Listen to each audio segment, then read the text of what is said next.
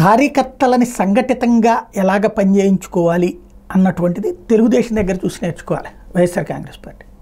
వైఎస్ఆర్ కాంగ్రెస్ పార్టీకి పెద్ద సమస్య ఏంటంటే మంచి అభిమానులు ఉన్నారు, జగన్ అంటే ప్రాణం పెట్టేవాళ్ళు ఉన్నారు, సమన్వయం చేసేవాళ్ళు కరువు, ఆర్గనైజేషన్ కరువు, ఆర్గనైజ్డ్ ప్లానింగ్ కరువు, గ్రౌండ్ లెవెల్ దాకా ఉన్నటువంటి కార్యకర్తకి మమేకమయ్యేటటువంటి యంత్రాంగం లేదు.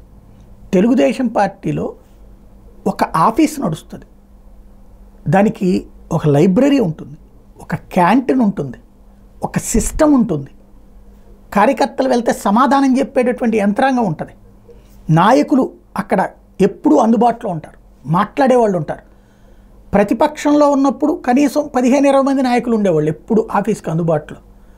అధికారంలోకి వచ్చిన తర్వాత కూడా ఉంటానే ఉంటున్నారు.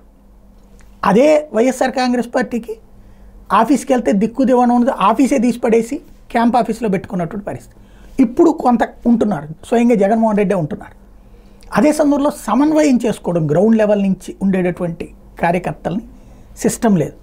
అది ఇప్పుడు ఆలోచించుకోవాల్సి ఉంది.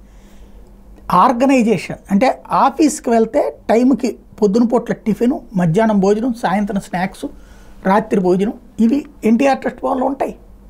స్టిల్ నౌ హైదరాబాద్ దాంట్లోనైనా ఎక్కడైనా, ఇప్పుడు హైదరాబాద్లో ఉందో లేదో నాకు తెలియదు, బట్ ఇదివరకు ఉండేది.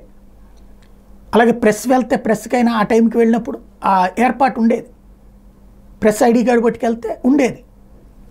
అలాంటిది ఇక్కడ ఉందా వైఎస్ఆర్ కాంగ్రెస్ పార్టీలోకి? గత 2014 నుంచి ఇప్పటిదాకా ఆ ప్లానింగ్ లేదు.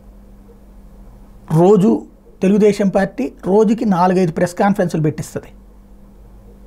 వైఎస్ఆర్ కాంగ్రెస్ పార్టీకి ఓ ప్రెస్ కాన్ఫరెన్స్, అది అధికారంలో ఉన్న అంతే, అధికారంలో ఉన్నప్పుడు అవి కూడా పట్టించుకోలేదు.